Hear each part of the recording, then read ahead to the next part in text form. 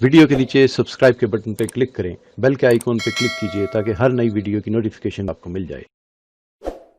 فرض نماز تو ہم پڑھتے ہی ہیں، واجب بھی ادا کرتے ہیں، اور دن بھر کی جو 12 رکعت سنت مؤکدہ ہے اس کو بھی ادا کرتے ہیں، لیکن نوافل کا بھی اہتمام کرنا چاہیے۔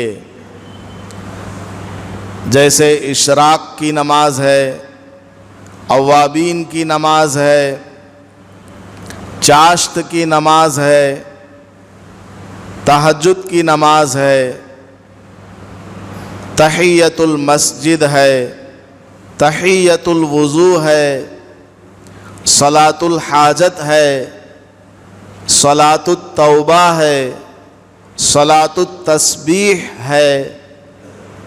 اس طرح جتنی بھی نفل نمازیں ہیں روزانہ ان کا اہتمام کرنا چاہیے۔ ہماری حالت تو یہ ہے کہ ہم لوگ نفل نماز تو کیا سنت نماز بھی نہیں پڑھتے۔ بزرگان دین نے لکھا ہے کہ جو آدمی نفل نمازوں کا اہتمام نہیں کرتا اس آدمی سے سنت نمازیں بھی چھوٹ جاتی ہیں۔ نفل نمازوں کو یہ سمجھتے ہوئے ارے یہ تو نفل ہے، پڑھو تو ثواب ہے، نہ پڑھو تو کوئی گناہ نہیں ہے، آدمی چھوڑ دیتا ہے۔ شیطان دھیرے دھیرے اس کی عادت کو بدل دیتا ہے اور کہتا ہے سنت بھی چھوڑ سکتے ہیں۔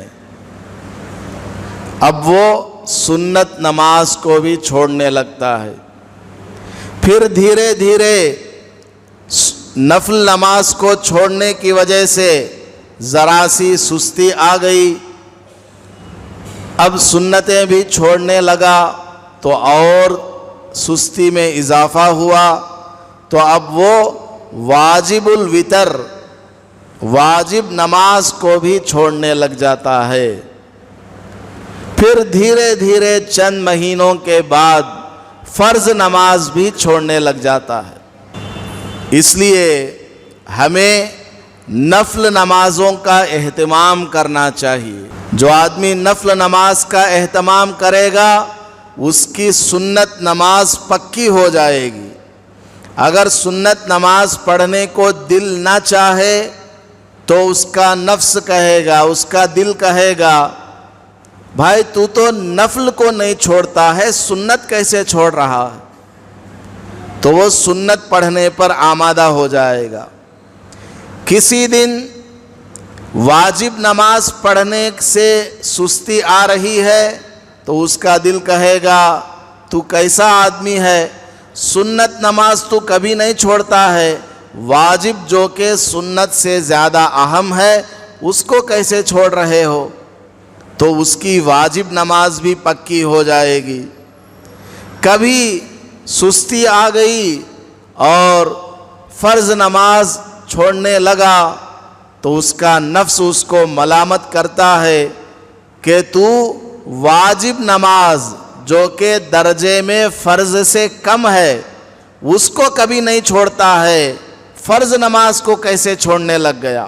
تو ایک نماز پڑھنے سے اس سے دوسری نماز پکی ہو جاتی ہے۔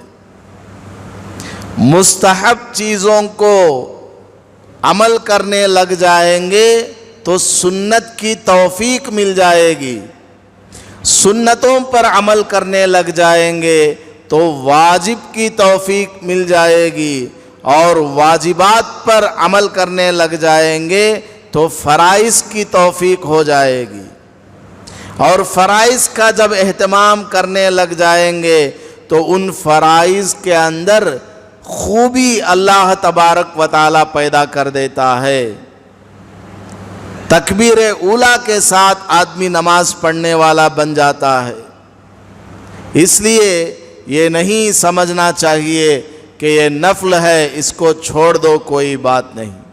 نفل چھوڑیں گے تو سنت چھوٹ جائے گی، سنت چھوٹے گی تو واجب چھوٹ جائے گی، واجب چھوٹے گی تو فرض ہمارا چھوٹ جائے گا۔